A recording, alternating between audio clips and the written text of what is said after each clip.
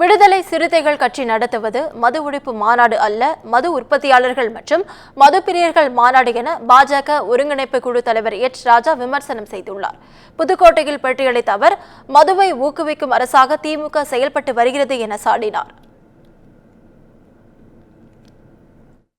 ஒரு கட்சி தமிழ்நாட்டில் இன்னைக்கு மது ஒழிப்பு மாநாடா இல்லை மது விற்பனை ஊக்குவிப்பு மாநாடானே தெரியாத மாதிரி ஒரு மாநாடு நடத்துகிறார்கள். தமிழகத்தில் இருக்கின்ற திராவிட முன்னேற்ற கழக அரசு மது ஊக்குவிக்கும் அரசு. ஏனென்றால் இவங்க 500 மது கடைகள், டாஸ்மாக் கடைகளை மூடுறேன்னு சொல்லிட்டு 1000 கிளப்புக்கு அனுமதி கொடுத்திருக்காங்க.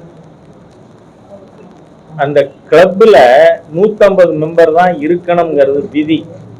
ஆனா இங்கதான் எதுவுமே விதிப்படி நடக்கிறது இல்லையே. அதனால அதன் மூலமாக மது ஊக்குவிப்பு அரசாங்கம் இருக்கு.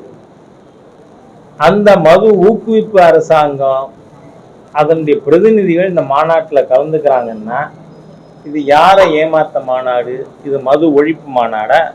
மது உற்பத்தியாளர்கள், மது விற்பனையாளர்கள், அதுக்கப்புறம் என்ன சொல்லலாம், மது பிரியர்கள்.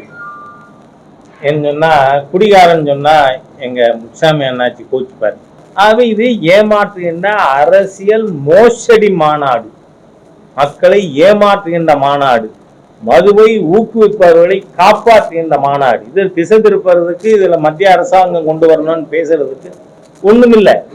ஆகவே இவர்கள் திறந்தவர்கள் மூட வேண்டும். அதை சொல்லலேனா முதுகெலும்புள்ளவர்கள் நடத்துகின்ற மாநாடாக இந்த மாநாட்டை நாம் கருத முடியாது.